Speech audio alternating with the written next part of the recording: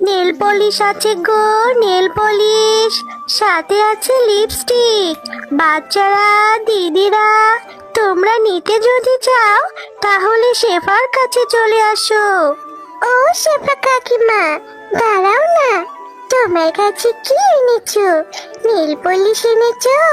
হ্যাঁ রে টুম্পা, আমি নেল পলিশ এনেছি, সাথে অনেক লিপস্টিকও এনেছি। তোর কোনটা লাগবে দেখ, আজকের কালারগুলো খুব সুন্দর। ও কাকিমা, আমার হাতে নেল পলিশ নিতে খুব ভালো লাগে, তুমি আমাকে একটা নেল পলিশ দেবে?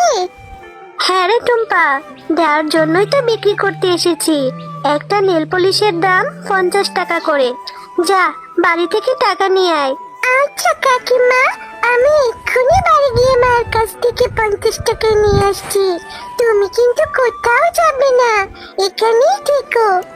আচ্ছা ঠিক আছে রে টুম্পা, তাড়াতাড়ি চলে আসবি, আমি আবার বেশিক্ষণ অপেক্ষা করতে পারবো না। ও মা, আমাকে 50টা টাকা দাও না, ওই যে ওইখানে শেফা কাকিমা এসেছে নেল পলিশ আর লিপস্টিক নিয়ে। টুম্পা, তুই যখন তখন বায়না ধরবি না তো, তুই কি বললেই হবে? গত ঈদে তোকে কত বড় একটা নেল পলিশ কিনে দিয়েছি, সেই নেল পলিশটা তুই একদিনের মধ্যেই নষ্ট করে ফেলেছিস। আমার হাতে এখন কোনো টাকা নেই। ও মা, দাও না, শুধু 50 টাকাই তো চেয়েছি, এবার আর আমি আর নষ্ট করব না। আমার খুব ভালো লাগে হাতে নেল পলিশ দিতে, দাও না মা। আচ্ছা ঠিক আছে, আমি তোকে 50 টাকা দিয়ে দিচ্ছি, আবার কোথাও হারিয়ে ফেলিস না যেন। এই নে 50 টাকা, নেল পলিশ কিনে তাড়াতাড়ি বাড়িতে ফিরবি কিন্তু। দেখো, মায়ের থেকে 50 টাকা নিয়েছি, তুমি এবার আমাকে 50 টাকা দিয়ে আমাকে ওই লাল কালারের নেল পলিশটা দিয়ে দাও দেখি। এরপর টুম্পা শেফা শিয়ালিনীর কাছ থেকে 50 টাকা দিয়ে সেই নেল পলিশটি কিনে নেয়। আরে, কত সুন্দর একটা নেল পলিশ কিনেই ফেললাম। যাই, এবার এই নেল পলিশটা গিয়ে ববিকে দেখিয়ে আসি।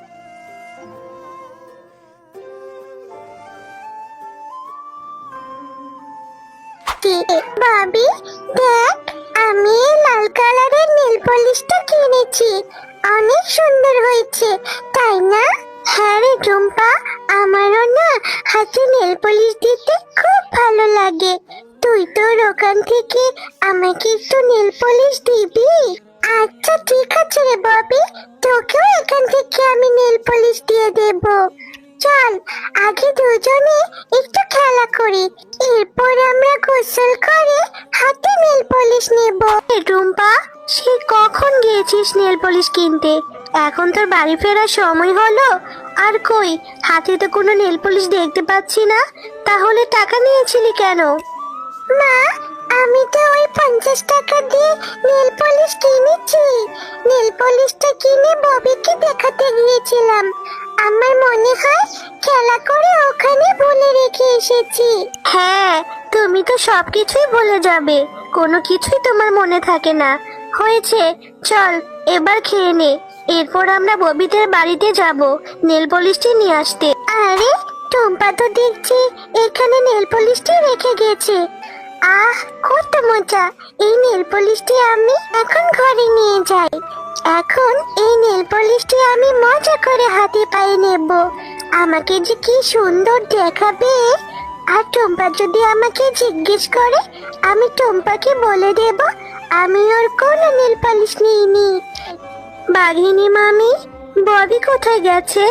আমার মেয়ে টুম্পা আপনাদের বাড়ির উঠোনে একটা নেল পলিশ রেখে গেছে, এখন তো কোথাও খুঁজে পাচ্ছি না। একটু ববিকে ডেকে দেখুন না, ও কি পেয়েছে কিনা। আরে আরে শেফালি, তোর কি আমাকে দেখে ভিখারি মনে হয় নাকি? হ্যাঁ, আমার মেয়ে তোর এই সস্তা নেল পলিশ কেন নিতে যাবে? আর তোর মেয়ে ভোলাই কোথায় রেখে গেছে সেটা তোর মেয়েকে জিজ্ঞাসা কর।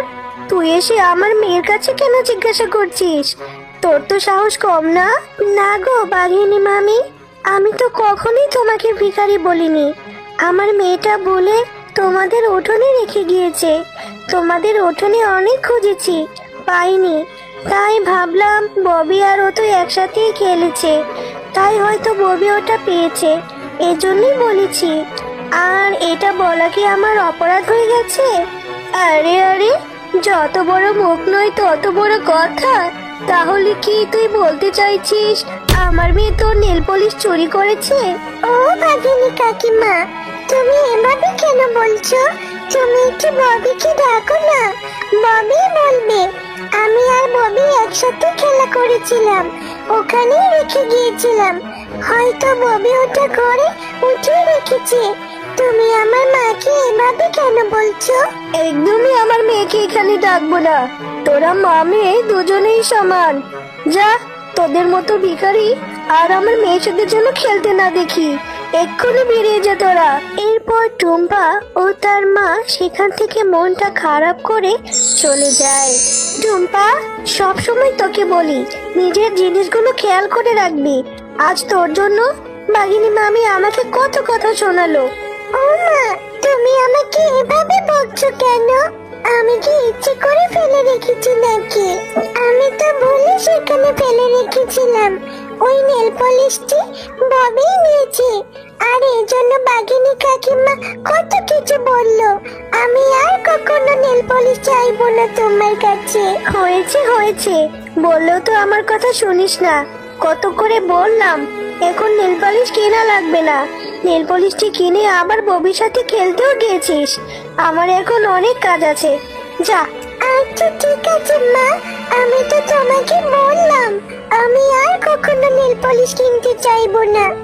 যাও, তুমি কাজে যাও। আমার মনটা খুব খারাপ, আমি বাড়িতে চলে যাচ্ছি। এরপর টুম্পা মনটা খারাপ করে সেখান থেকে চলে যায় আর গিয়ে একটা বাগানে বসে অনেক কাঁদতে থাকে। আমি আর কখনো নেল পালিশ কেনার শখ করব না। আমার ভুল হয়েছে, আমি আর কখনো নেল পালিশ কিনতে চাইবো না। নেল পালিশটাও হারালাম, আমার জন্য মাকে কত কথা শুনতে হলো। আরে এই মেয়ে, তুমি এখানে বসে কাঁদছো কেন? আমাকে বলো, আমি তোমাকে সাহায্য করতে চাই। এরপর টুম্পা তার সাথে ঘটে যাওয়া সমস্ত ঘটনা পরীকে খুলে বলতে থাকে। ও আচ্ছা, এই নাও, আমি তোমাকে একটা জাদুর চারা গাছ দিয়ে দিচ্ছি। এই চারা গাছটা তুমি রোপণ করবে। এরপর তুমি মন থেকে সৃষ্টিকর্তার কাছে যা চাইবে সেটাই পেয়ে যাবে। তুমি সত্যি বলছো? সত্যি বলছো জাদুর পরী? আচ্ছা ঠিক আছে, আমি তাহলে এই চারা গাছটি আজকেই নিয়ে বাড়িতে রোপণ করব। আর সৃষ্টিকর্তাকে বলবো যাতে এই চারা গাছে আমাকে অনেক নেল পলিশ দেয়।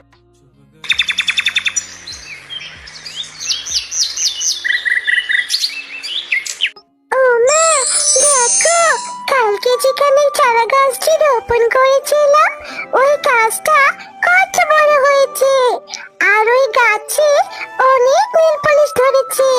হ্যাঁ টুম্পা, তাই তো দেখছি। এই গাছে এত নেল পলিশ কি করে হলো?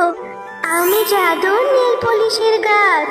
এই গাছের নেল পলিশ কখনো শেষ হবে না। টুম্পা, তুমি অনেক ভালো মেয়ে। এখন থেকে এই নেল পলিশগুলো তুমি ব্যবহার করতে পারবে।